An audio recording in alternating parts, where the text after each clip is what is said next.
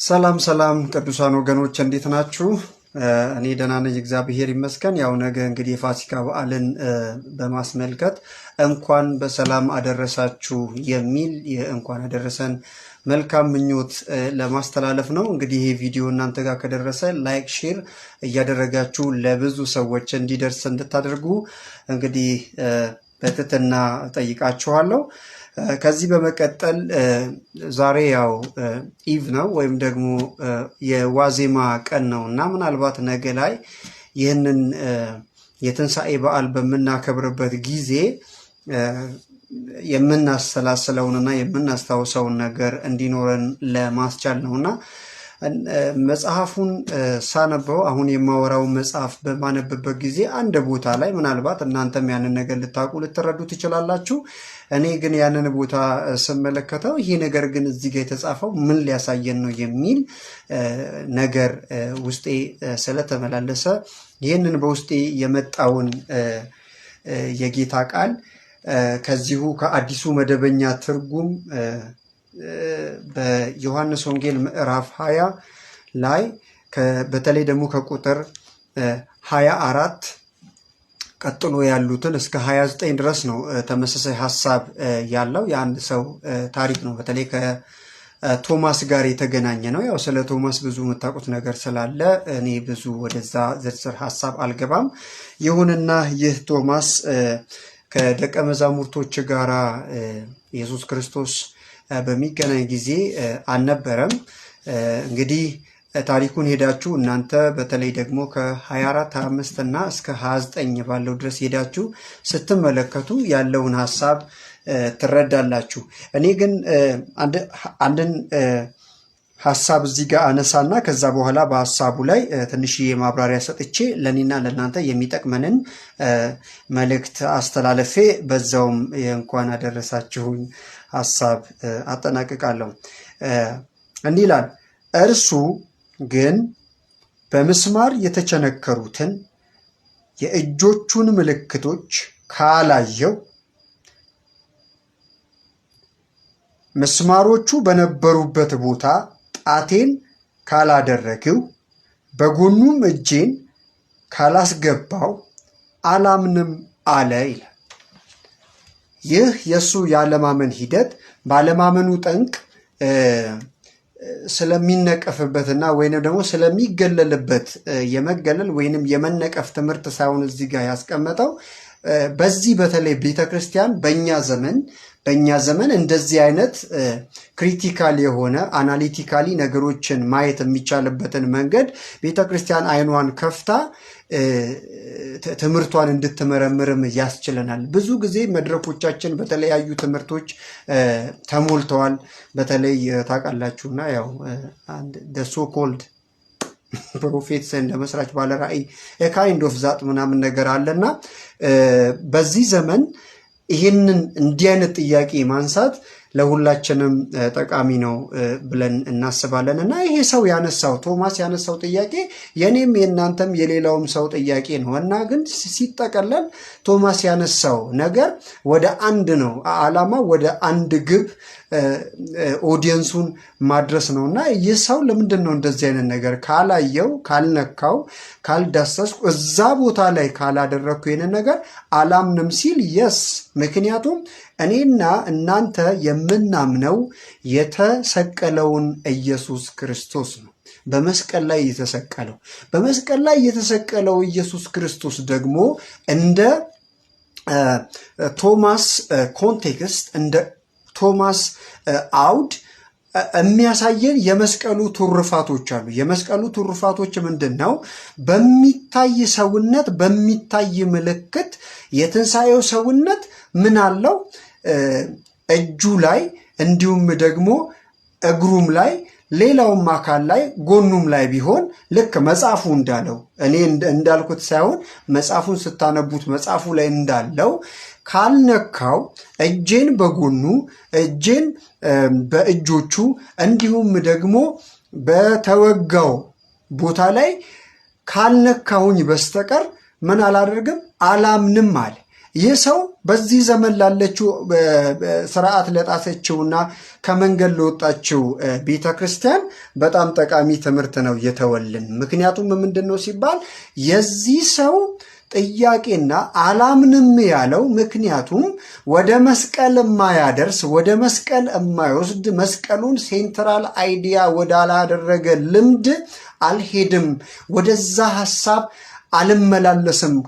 ከመስቀሉ ትምህርት የተገነጠለ ከመስቀሉ ስቃይ የተገነጠለ ከመስዋዕትነቱ የተገነጠለ እንዲሁም ደግሞ እሱ በመስቀል ላይ ሞቶ ከከፈለው ዋጋ የተገነጠለ አስተምህሮ ጋራ ምንም አይነት የማመንና ያለማመን ምንም አይነት ህብረት ሊኖረው እንደማይችል እንድንመረምር የሚያስችል መልእክት ነው ለኛ ያስቀመጠልን። እንዴት ከተባለ ይሄ የቶማስ ካላየው አላምንም ካልነካው አላምንም ያለው ትምህርት ክርስቶስ ኢየሱስ በስጋ ትንሣኤን አላደረገም ለሚሉ ሰዎች መልስ ይሰጣል። የመጀመሪያው ነገር። ሁለተኛ ደግሞ አልተሰቀለም፣ አልሞተም፣ አልተገደለም ለሚሉ ሰዎችም መልስ ይሰጣል። በጣም በብዙ አቅጣጫ መልስ ሰጪ የሆነ ነው።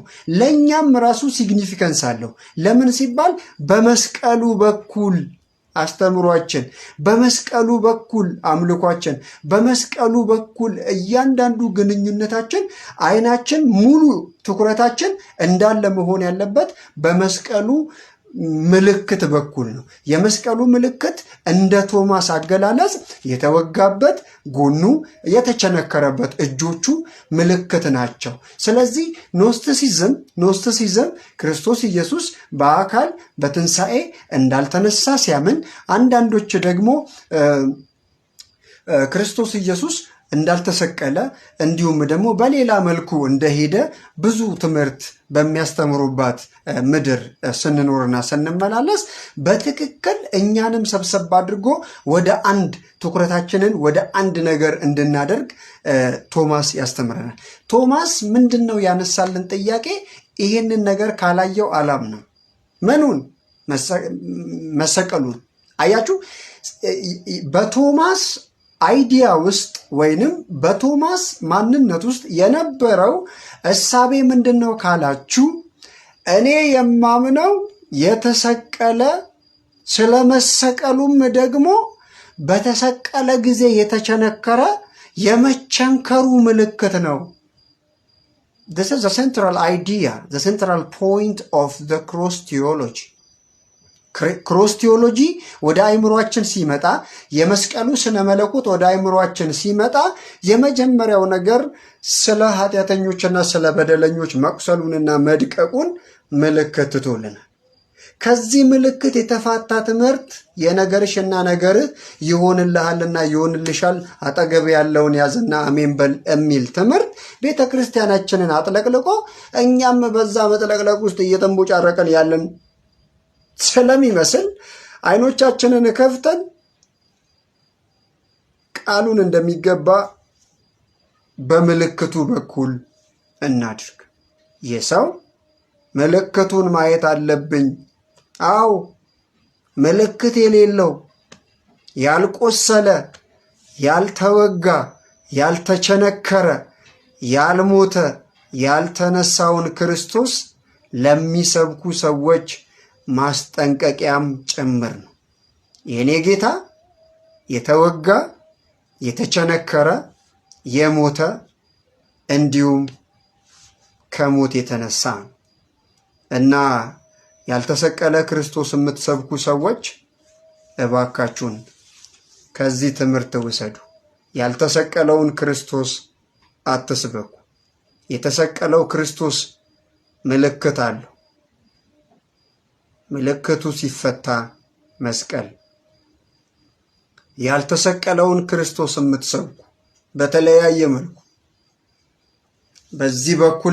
በዚህ በኩልም ያላችሁ ያልተሰቀለውን ክርስቶስ የምትሰብኩ ሰዎች ጥንቃቄ አድርጉ። የሰው አላምንም ሲል፣ አዎ እምነቱ መሆን ያለበት በተሰቀለው በተወጋው እንዲሁም በሞተውና በተነሳው ላይ ነው። ከትንሣኤ በኋላ አዎ የኔ ክርስቶስ የተሰቀለ ነው፣ የኔ ክርስቶስ የተወጋ ነው፣ የኔ ክርስቶስ መከራን የተቀበለ ነው። አንተ ማነህ ነው። ኦኬ አንተ ማነህ የሚል ጥያቄ የሚያስነሳ ሐሳብ ከሆነ ደግሞ ክርስቶስ ና እጅህንም አምጣ፣ ይሄው ተመልከት፣ በጎኔም አድርግ።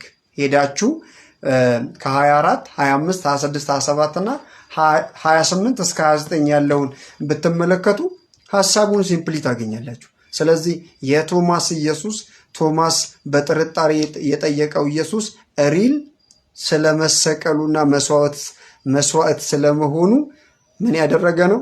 ዋጋ የከፈለ ነው፣ የቆሰለ ነው፣ የተወጋ ነው፣ የሞተ ነው፣ የተነሳ ነው። he is ሪል ነው፣ የእውነትም ነው። ስለዚህ ቶማስ ይህንን ነገር እንድናይ አድርጎናል። በመስቀሉ በኩል እለፉ።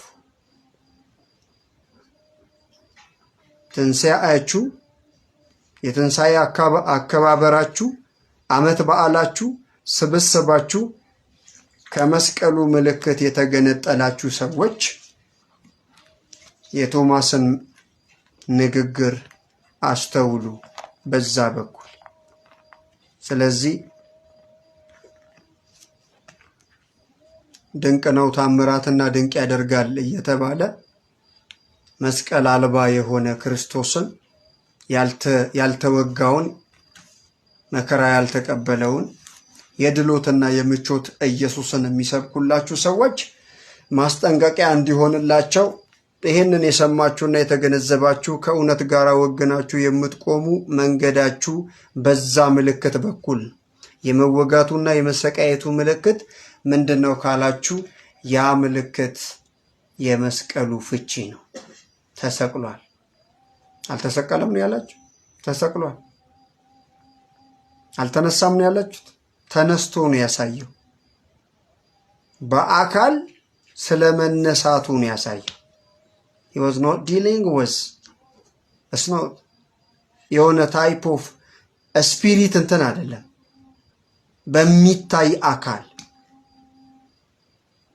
የተገለጠው። ይህንን ለማለት ነው። የጌታ ሰላምና የጌታ ጥበቃ ከእናንተ ጋር ይሁን። ጌታ ጸጋውን ያብዛላችሁ። መልካም በዓል ይሁንላችሁ ለማለት ነው። ይሄ ቪዲዮ እናንተ ጋር ከደረሰ ቅዱሳን ወገኖች ይሄው ፈገግታዬም ይሄው አያችሁ። የስ አመሰግናለሁ። መልካም በዓል ይሁንላችሁ። መልካም ጊዜ